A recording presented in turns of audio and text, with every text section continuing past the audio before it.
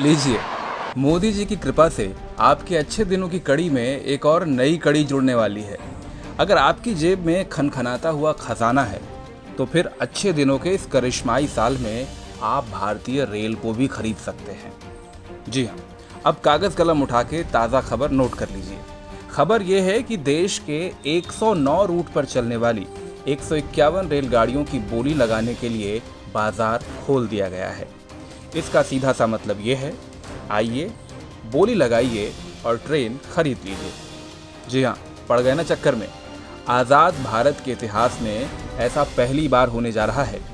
धन्य है पीयूष गोयल जी और धन्य है मोदी जी का विजन।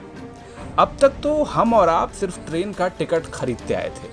अब मोदी जी और पीयूष गोयल की कृपा से कोई भी बिजनेसमैन, धंधे वाला आदमी, कोई भी सेठ जी, कोई भी लाला जी चाहें तो पूरी की पूरी ट्रेन रूट समेत खरीद सकते हैं। और अब सवाल यह है कि सेठ जी ट्रेन खरीदने के बाद करेंगे क्या? अब सेठ जी कोई सरकार तो है नहीं जो आपकी सुविधा के लिए ट्रेन चलाएंगे। वो कमाएंगे मुनाफा और हर उस तरीके से कमाएंगे जैसे वो कमा सकते हैं। वाकई तारीफ करनी होगी मोदी जी की। 70 साल के इतिहास में पहली बार ट्रेन की नीलामी होने जा रही है। जो अब तक नहीं हुआ वो पहली बार हो रहा है। जो नेहरू जी तक नहीं कर पाए वो मोदी जी करने जा रहे हैं। वाह मोदी जी वाह। गरीबों का ख्याल हो ना हो, कारोबार करने वाले सेठ जी लोगों का कितना ध्यान है। अब देशद्रोही तो इस पर भी सवाल उठा सकते हैं, लेकिन भाई इस विजन की गहराई को तो समझो कि जब ट्रेन चला के सेठ जी कमाएंगे तभी तो देश में तरक्की और खुशहाली होगी। अब क्या हुआ कि बाद में महंगी टिकट की वजह से गरीब आदमी ट्रेन की टिकट ना खरीद पाए।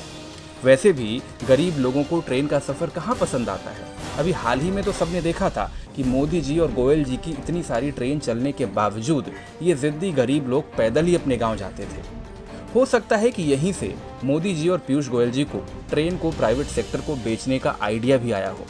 अरे भाई, जब गरीब आदमी ट्रेन में बैठ ही नहीं रहा तो ट्रेन को बेचो सेठ जी को। अब देश की सरकार भला क्यों टेंशन ले। सेठ जी चलाएंगे अपनी ट्रेन और कमाएंगे अपना मुनाफा। जिसे ट्रेन में चढ़ना हो चढ़ ले। भाई वाह, गरीब लोगों से लेकर सेठ जी तक के फायदे के बारे में सोचने वाली ऐसी दिलदार सरकार की तारीफ तो बनती है।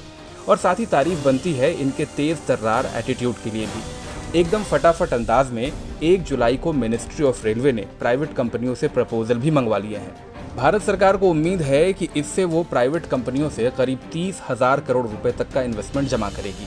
अब जैसे ही देश के 109 रूट पर 151 ट्रेन की डील हो जाती है, फिर देखिए कैसे कायाकल्प होता है भारतीय रेल का। हो सकता है कि जल्द ही न्यूज़ चैनल आपको ये भी समझाना शुरू करें कि भारतीय रेल की कृपा बस यही रुकी हुई थी। हरी चटनी के साथ 151 ट्रेन की डील जैसे ही फाइनल होगी, भारतीय रेल पर कृपा एकदम से बरस पड़ेगी। खैर, हम तो पत्रकार हैं। हम तो भारतीय रेल के साल 2004 में फायदा कमाने की खबर से भी एक्साइटेड थे और अब रेल बिकने की खबर सुनकर भी उत्साहित हैं।